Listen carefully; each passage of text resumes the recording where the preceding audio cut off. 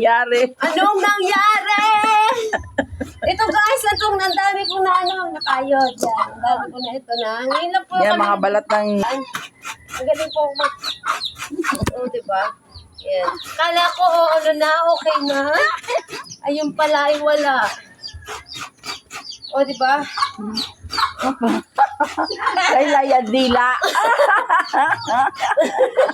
Kakakayod. Ang kabo ka ng bunga nga, baka pumasok yung cellphone. Wait lang. Yeah. Yan. Si Seman ito. Ang tugang ko. O, diba guys? Manda.